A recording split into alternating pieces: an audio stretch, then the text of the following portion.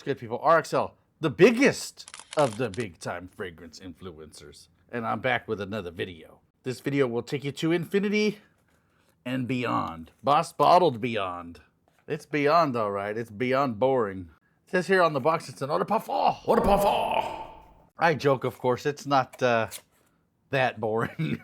But it's also not amazing, and it's also not what I expected from the Hugo Boss Bottled line.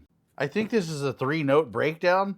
I was looking on the Ulta listing, and it's really a 2-note breakdown. The notes were something like leather and, I don't know, leather, more leather. But whether it's a 2-note listing or a 10-note listing, I really don't need it because this is a kind of a familiar scent. It smells like something that I really liked from Parfums de Marly, and it was called Castley. And that smelled like something that I really hated, and that was called, I forgot the name of the company who made it, but it was Ganymede. One of the worst fragrances I've ever smelled in my life.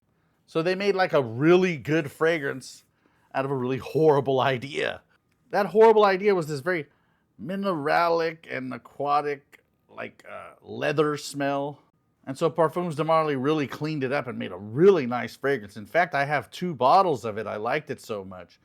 And this, I wouldn't say it smells like it, but it took that general concept, that minerals, the aquatic, leather, and it really gives you this Macy's counter designer version of that. At the top, there's a very subtle bergamot and lemon. I guess you can dig deep if you're a Boss Bottled fan and say that's that kind of apple smell. It's a very muted kind of apple smell, but it's bergamot and lemon. You get a little bit of cedar with it. You get a little bit of leather. There's kind of an amber wood smell to it that may or may not be ambroxan. And there's also a sweetness to it that I just can't put my finger on. I would just be blindly guessing if I were to say it's like some kind of elemi gum or maybe even geranium or something. But it's a mineral, aquatic, leather, kind of powdery, like vanilla or benzoin smell. It's very sweet. It's pretty much your standard mall fragrance with the Ganymede leather twist, which is not unpleasant, by the way, even though I really hate Ganymede.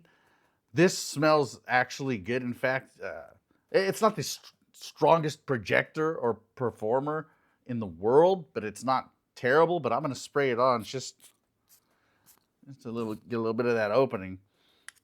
I mean, it's a mall fragrance. It smells good in the opening. Actually smells really good in the opening.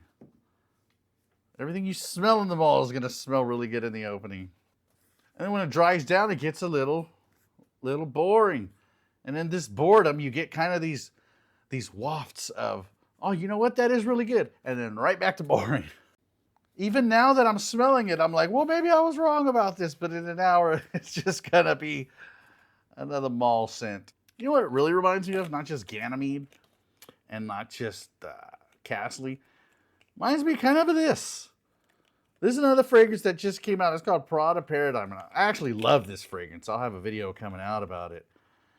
It reminds me of this because this is also another kind of basic mall scent. But this one's done really well. And it's done really kind of in your face. Like, we're a mall fragrance. Take that, take that, take that. No diddy. You gotta say no diddy. If it's new booty in the building, you know he gonna get it. This one tries to be a little bit more classy. It's okay. It's all right. I'm not even gonna give it a rating. I'm just gonna tell you that the Boss Bottled Beyond it isn't beyond anything. It isn't. It ain't shooting for the stars. It's alright.